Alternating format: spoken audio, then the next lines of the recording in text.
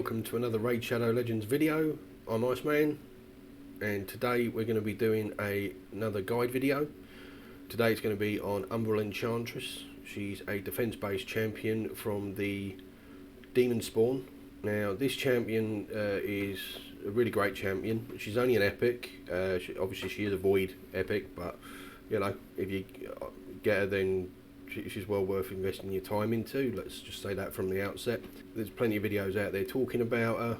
Some are even fairly new, but I wanted to do one on her myself and give you some insights into her, and also some insights into some ways she can be used that people don't seem to know at the moment. So anyway, without further ado, let's jump into her ability. So we've got her A1 Essence Scepter. Attacks one enemy, damage increases as HP decreases. Lovely skill. It's based on defense, as are all her abilities, so that's great. You can build her really tanky, she'll last really long, but also she dishes out some pretty decent damage. Obviously when her HP goes down, this increases. If you can avoid booking this out, the extra 20% damage is not necessarily going to be that big, and I always advise that you book for cooldowns, you book for buff chances, but buffing for damage is not really the way to go unless you've got loads of spare books. If you have, then fair enough, you know, crack on. I did at the time when I built her, and I wouldn't say I've regretted it. Obviously it's then maybe left me not able to book out other champions that I've wanted to use at times, so bear that in mind when you do book her out. Obviously you don't get to choose where the books go, but if you've already booked the bits you want, don't necessarily put more books into that, you know. And hey, who knows, you might be lucky. Alright, so then we've got her A2, Immolate, attacks all enemies and has an 80% chance of placing a block buff's debuff for 3 turns. This is absolutely brilliant in the arena, it's absolutely brilliant in dungeons. Obviously she throws that out there, it does a lot of damage. That has to be said, you know, it's an AoE, so it's up to you how you want to use it, but she's actually got 2 AoE abilities. So a stun set certainly wouldn't be wasted on her, and she's going to have a chance to stun. I don't go that route purely because of her A3, which we'll move on to in a second, which has a CC built into it anyway. But again, the fact that you've got both abilities, you could do that, and you're going to get that. Even if they resist that, you might manage to proc the stun. So, you know, it certainly wouldn't be a bad set on her. Anyway, this can take 5 books. First 3 increase damage, and then the second 2 increase buff chance, debuff chance, and take that up to 100%. So obviously you've got 100% chance of landing that block buffs. Obviously she does need accuracy. She needs accuracy for her next ability as well anyway, so this is one character you really want to build accuracy first above all. I mean, that's generally a good rule of thumb anyway. Check whether or not the character you're using needs accuracy, build accuracy, then build your other stats. Speed, into defense, into damage, you know. And it definitely applies to this character that she needs a lot of accuracy. So her A3 attacks all enemies, has an 80% chance of placing provoke. Debuff for 2 turns, places an unkillable buff on this champion for 2 turns. Places a block cooldown skills debuff on this champion for 5 turns. The block cooldown skills debuff cannot be resisted or blocked and cannot be removed. Damage is based on defense. Again, this one takes, what, 4 books. You can boost the damage, and again, you can put the buff chance, debuff chance up to 80%, up to 100, sorry. So, absolutely great ability in the arena. Depending on the situation, how survivable she is, the team you're based on will determine whether or not you want to go for Immolate first and try and block buffs, or whether or not you just want to throw this straight out there and CC everybody, and then see what you can do. Now, partly what's going to change your opinion on that is until she's fixed, everyone's always telling you that, and it does say it here, that this block cooldown skills debuff cannot be resisted or blocked, and it cannot be removed. The great thing is, shh, don't tell Blarium, but she's actually broken. She's been broken for a long time. You can actually pair her with the likes of Mausoleum Mage or any other cleanser. She can use her A3, put that out there, she gets her unkillable. You can then cleanse the uncleansable block cooldown skills and get that cooldown pretty much wiped off and straight back almost. And you can certainly do it then, because obviously the idea is you can't use this and then this. That's the idea. But in reality, if you pair her with the right champions, you can use this and then this at the moment. until it's fixed. Again, don't tell Plarium. Let's hope they don't watch this one. But I still wanted to put it out there for the player base. At the moment, it means she's a bit busted, but it means that she's more usable. She's great. And to be fair, I don't think she's broken busted. She's been this way as long as I've been playing and as long as I've had her. And I've had her for months and months. She used to be one of my go-to champions in the arena. I used to run the demon spawn pair of her and Padma. You know, Padma stripping buffs and doing nukes, her for the CC and damage. And, you know, with them both being defence-based champions, it was a brilliant pairing. Obviously, I've gotten better champions since, so they've been replaced in my roster. She's still in my 3v3 team. She's that good. She is a brilliant champ. She still does work in dungeons. You can put her in dungeons. She'll help with the CC. She does some decent damage. Anyway, let's move on to her masteries. We'll showcase how she's broken a bit later. So, again, as I always say with any mastery builds, this is a question of... Actually, I'll tell you what.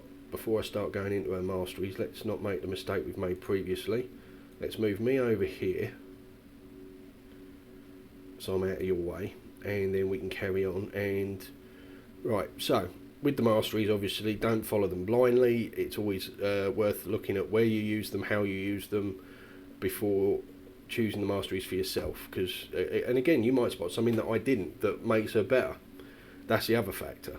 You know, the amount of people I've seen always running this because you expect them to be at full health, even on unkillable teams, and then it turns out that, you know, if you put that on, you're actually going to be doing more damage most of the time because you're going to be really low health all the time. So, you know, don't just blindly ever follow masteries. It's good to look for them all, learn them all, and you will learn them better as you play anyway and get a better grasp of what you want for your champion and how you're going to use them.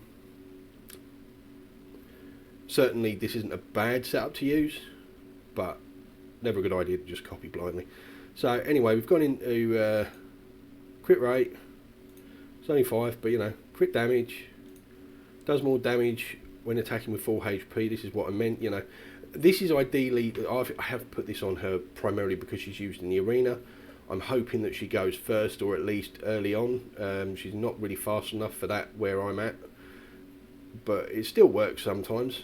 And to be fair, I could do with getting her speed up and getting better gear on her and all the rest of it. But, you know, it still works. And then obviously, being an arena build, we've gone for increases speed by 6 for each enemy killed by this champion. Increases the damage inflicted by 8% for the first hit on each enemy. Has a 30% chance of decreasing the cooldown of a random skill by 1 turn if the damage inflicted has inflicted by a skill exceeds 30% of the target's max HP. Can only occur once per turn. But again, it gives you a chance to get your abilities back, you know.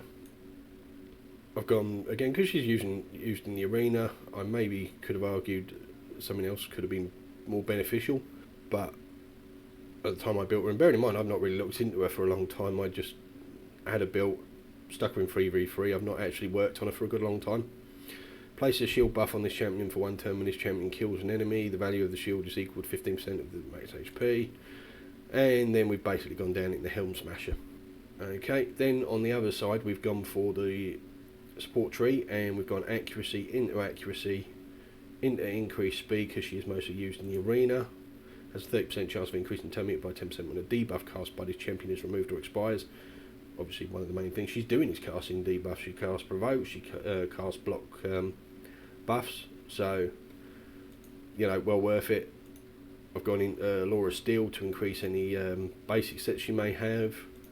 We've gone for Evil Eye, decreases the target's turn meter when this champion hits them with the default skill for the first time, decreases the turn meter by 20% with a single target skills and by 5% with AoE skills, occurs once per target. And then I've gone down into Master Hexer to extend her debuffs. Obviously you can't extend Provoke, but you can extend the block buffs. So if you do, you know, it lasts longer, and that's great. So I thought it was worth doing. To be fair, although she is built for damage to a degree, that's one area where I would probably actually change her. Is I'd take Helm Smasher and go into Eagle Eye to give her the extra accuracy. In fact, I tell you what, we're going to do that right now. live on here, I'm going to prove that, you know, I'm not above making mistakes in my builds and learning from them.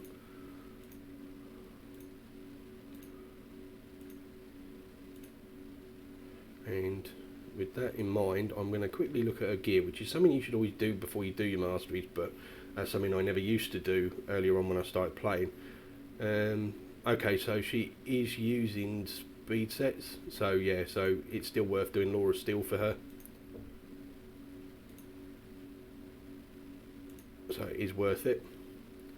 So we'll go for that one. There's no point in taking something like Sniper on her because she's already got that 100% chance if you booked her out. If you've not booked her out, and it's before you've booked her out or you haven't got the books, it's worth taking that to obviously get that slight increased chance.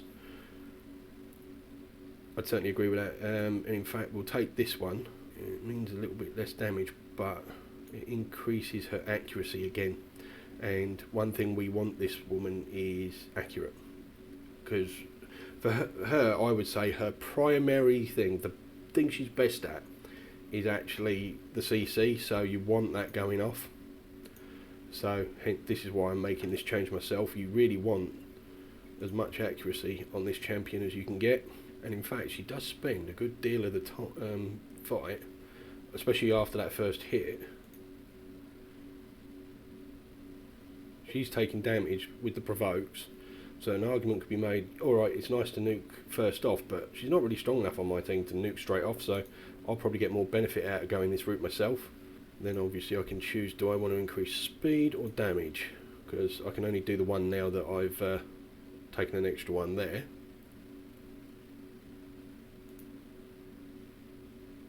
You know what, I think we'll actually take the damage. We'll still take that one.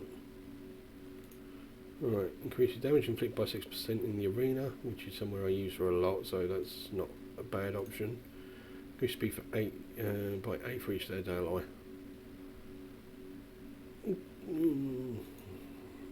No, I think we'll go for the damage on her, to be fair. Increases damage inflicted by 4% for each debuff on this champion. Stacks up to 12. You can get a bit more damage out of it that way, but it's more RNG dependent, so I think we'll take this one because it's a flat. Increases damage inflicted by 6% in the arena by each enemy killed. Again, still only goes up to 12, and you've got to kill enemies to get there. You know what? Actually, I think I'm going to go for this Stoked Fury, because obviously you are going to put out the CC, so people are going to be throwing stuff at them. Actually, once the CC's out, most people on their A1 won't be putting that much in the way of debuffs on us. So no, we'll go for this one.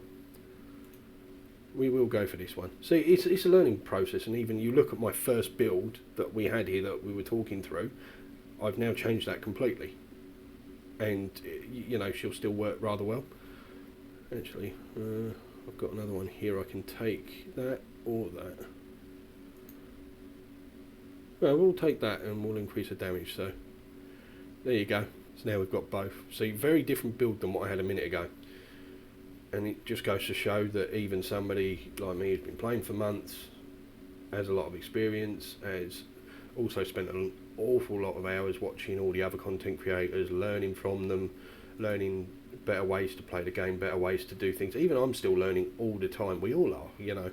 Right, so anyway, let's take a look at our artifacts. So, as I promised, yes, I've got a legendary piece. I'm not going to take out legendary pieces. I have had people comment that you should use epics only and blues only and nothing above a 5-star. You know, it's not realistic. We all get the odd legendary piece here and there, especially if you're managing to do the clan boss. And again, just because it's legendary don't mean it's that great. It might not have great rolls on it. We're not going to look at it now first, actually. So we're going to start down here with a banner. Obviously with her, you want her having defense, that's great. Any HP, anything that helps her survive is good. I mean, HP is not a great one on her, to be fair. She's going to be taking lots of hits and going down in health quite quickly anyway, and she's got an unkillable on her. But certainly defense, because obviously it increases her hit power as well as her survivability. Speed and accuracy, though, those are the two main ones we want. Now, I could argue that crit damage would actually be a better option here, and I may even go for it. I think I'm purely using this amulet because of the double roll in accuracy, and to be fair, if I had a crit damage one, with a double rolling accuracy, similar sort of stats, I'd probably go for that instead. Obviously resistance is always good, you want to build that up on champions if you can, for the arena especially. I mean, obviously you can build champions to just focus on that, you really can. I don't tend to do that too much. I've got a few teams like that, or a few champions like that, but only a few. Primarily you want to land in their ability, so if you ain't got the accuracy, you're not going to land the ability, so that for me is the primary focus. If you can get resistance as a substat and some good rolls on glyphs on it, great. You know, crack on, try and get resistance as high as you can. If you can get all the stats you want without rolling into sets, which is unlikely quite frankly, again, you can always roll a resistance set and give them higher resistance. It's not going to be a bad idea. So again, you know, obviously we've gone defense and accuracy. You could argue crit damage again with accuracy, and I'd certainly probably go that route if it's an option. The ring, obviously I've gone for defense and defense. I don't actually have any defense rings with defense that are better than this. I had a look earlier to see if I could increase and change something up, but you know, I had a minor defense roll, and with one roll in it or two rolls in defense, it still actually came out at a lower defense rate and a drop just for changing the ring. So it just goes to show sometimes even a 4-star rolled at 8 can still be better than a 5-star. You know, people get really hung up on the level of the gear. Don't get me wrong, I'm not suggesting you should be trying to run all this content in 3-star gear and all the rest of it. Obviously the higher you are the better, but the substats and the overall stats really matter. You know, look at what you think. Don't just chuck it on because it's a 5-star. If it's a lower stat and it's going to lower the stats you mainly want on the character, don't do it. Just because it's higher, it ain't going to be a benefit to you. So that's our rings, jewellery, you know. So then we've gone into the standard speed boots. Obviously in a speed set, we want this champion going fast. You want to try and get in there, get a CC off. So speed boots, double rolling quick damage and some defense, and that's nice. A couple of crappy substats there, but you know, that's the sort of gear I'm rolling at the moment. We've gone for a defense chest again with a double rolling accuracy, some crit rate. Obviously I do want a crit rate to be as high as I can get it, because I want to doing damage. I'd like a crit damage to be higher as well, to be fair, but again, it's getting what you can where you can. For me, her primary stats are accuracy and speed. If you can build damage into her after that, great. If not, still great, because you know, accuracy and speed are what you want for her. They really are. Obviously I would rather this was a speed chest with the same substat rolls, but I didn't have that, and that's why it's not on there. That would then give me a little extra speed, would be good. Obviously I've gone for speed sets and accuracy sets on them for the obvious reason. We've got crit rate gloves with a double rolling speed and a rolling accuracy, absolutely brilliant gloves, and in an accuracy set. So you know, really good piece there. I'm really happy with that. Obviously would I prefer it was a 6-star with similar stats or better, or legendary? Of course. And you know, if I carry on using them regularly, I may well invest that time in trying to see what I've got. But at the moment, again, we want to be showcasing it in 5-star gear. Everything here is 5-star or lower. Some of it's 4-star. Standard shield, again, speed is the main stat there. You've got, but this is a good piece for us. It's a speed set. It's got speed on it. It's got crit rate on it. It's got defense on it. Accuracy would maybe be slightly better, but again here you've got, you know, speed and accuracy and a roll in each, and I've glyphed up that accuracy really nicely. And again, more of the same, you know, triple roll and accuracy with some speed on, with some crit damage on. Now her accuracy is nowhere near as high as I'd like it, and obviously for the arena, the higher you can get the better. So let's take a quick look at her stats. We've got 24,000 health, not too high. Defense is 3,000. Could be better, but you know, I am focusing more on other things. Speed's at 199. Again, I would prefer that to be a bit higher, and I've actually got some areas where I might be able to improve that. Crit rate's at 90. Again, I would prefer 100. Her accuracy is a fairly healthy 369. As I say, obviously when you're in the arena and you're going up against high resist teams, you want as much as you can get. 400, 500. Blimey, these days people are running stuff like 600. So, you know, as high as you can get it.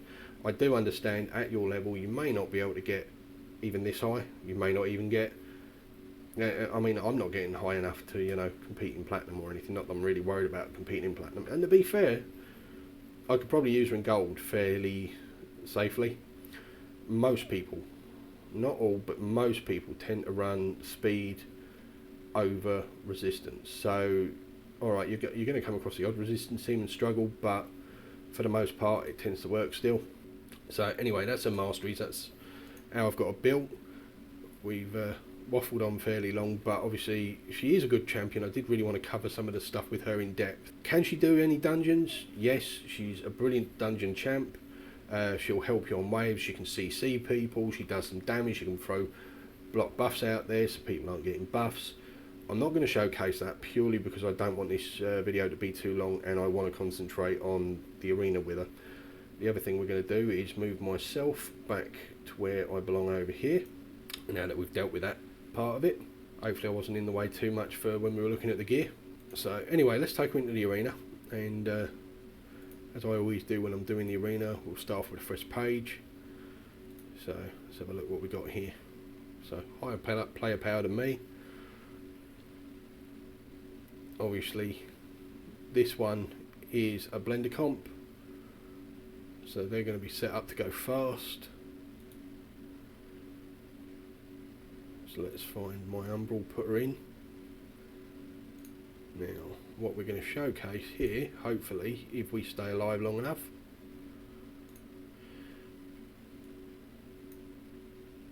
is how she's broken. So I've put her in with Morsley and Mage, she's got a cleanse. You know, you can use champions like Scartorsis, there's various other ones that can cleanse debuffs. So you see we've gone first because of Hegemon, obviously he automatically goes first. We'll see what block out we can do now we survived that. Alright, let's see. We'll get the shields up. Do some... yeah, we'll put some shields and healing up. I want to keep her alive long enough to take her go. Right, so here we go. Big money.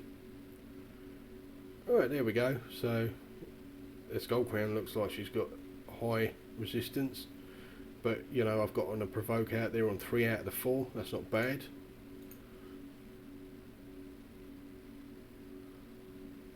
She's now unkillable, everybody's coming for her. Obviously once she drops below 50% she's going to be doing more damage. Now watch this, we're going to do the cleanse, and voila, she is now cleansed and ready to go again. So at the moment that's really handy and really useful. To be fair, I don't think it makes her broken. I think they should actually change, or just leave it broken, but obviously if they at least change it then everybody knows you can use it this way, and I think it's better that way. Now look, we've got 1 dead and 3 of them up with block buffs. 3 round 1, 2 round 1, and 1 got the proc, so we've got 4. Don't know what happened there.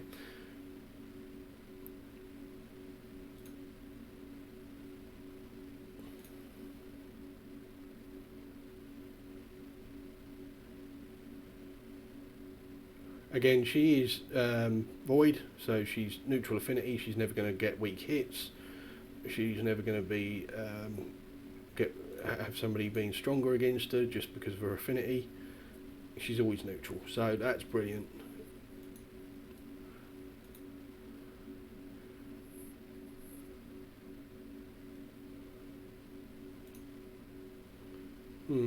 Yeah, go on then, we'll heal up and put a shield up.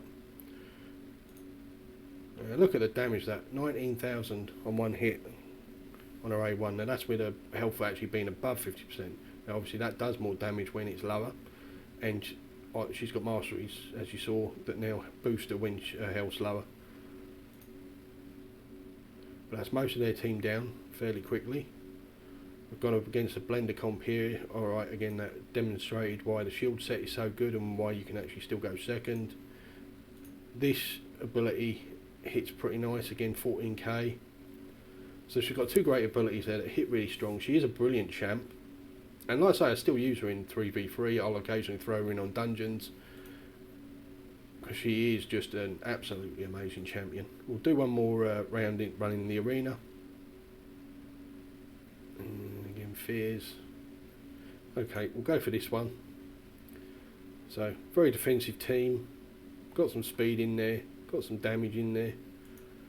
They're quite a bit higher than me, as you can see, in player power, or team power.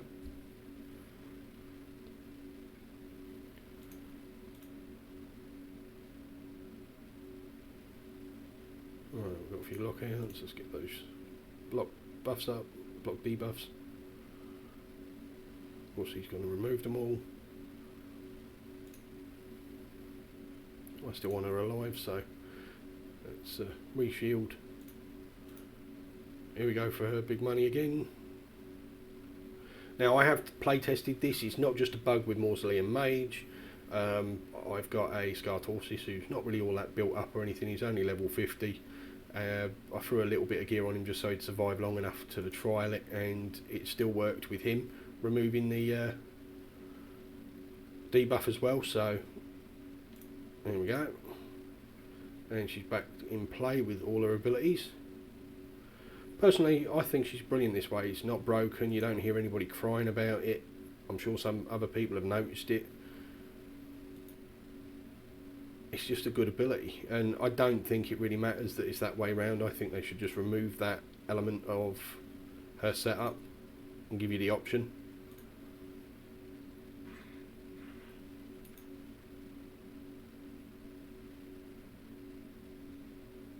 It certainly makes her stronger, and she is a Void Champion, so she should be strong anyway, you know. It really annoys me when they bring out all these Void Champions that are really weak and naff and crappy. You know, we've all got a few of them where you're just like so disappointed. They're a Void Champ, they should be really strong. Now obviously a Void Champ shouldn't be stronger than a Legendary, but they should still be strong. There should sort of basically be a tier system really, shouldn't there? You know, you've got each rarity, and then there should be like a step above between the rarity above and the basics for your Void Champs, because they are that much harder to get. And it's true in some cases, I mean, but you look at some of them like Cold Heart, who's basically absolutely busted good. She's absolutely brilliant.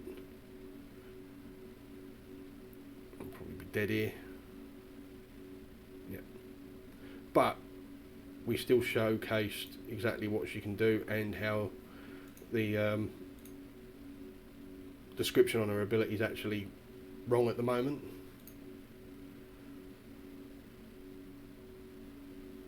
I will finish this one off just because I'm so close to finishing anyway.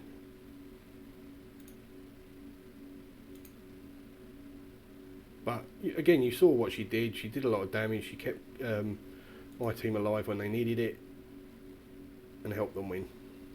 Even if she doesn't survive to the end, if she helps you win, that's the aim of the game, you know. So anyway, this video's dragged on long enough. Brilliant champ, like I say, she can be used just about anywhere. I wouldn't necessarily use her in the clan boss. Obviously your provokes and stuff and your block debuffs don't really come into play there. But any of the keeps, any of the dungeons really, she'll be okay. I mean, she's not great for Fire Knight because obviously she's got 2 AoEs and a single hitter. She's got no double hitters or triple hitters or any of that. She's also got no play on turn meter. But if you're struggling with the waves and you've got her and you've got her built up, she will help you get through to the boss. So if you've then got all the other elements you need, she'll still bring a benefit even there. She's not going to be as beneficial as other champions would be if you had them, but as with any champion that's really good at control and damage, she's going to help you clear waves, she's going to help you get to bosses. And then, you know, she does a reasonable amount of damage, so on bosses, other than the Fire Knight, she's going to do a fairly decent job still. Not massive, she's not going to come in as your top damage dealer probably, but you know, she's going to be good, she's going to be solid. She is a good champ. I've enjoyed using her, I still use her today, so it's worth investing your time in her. Anyway, that was Umbral in a nutshell. I hope you've enjoyed this video. If you did, please give it a like, please give it a subscribe. If you want to give me any feedback, any comments, anything you think I missed or didn't cover that you'd really like to see, by all means, get in touch. You know, I'm always happy to engage with the audience. So I'll see you in the next one. Bye.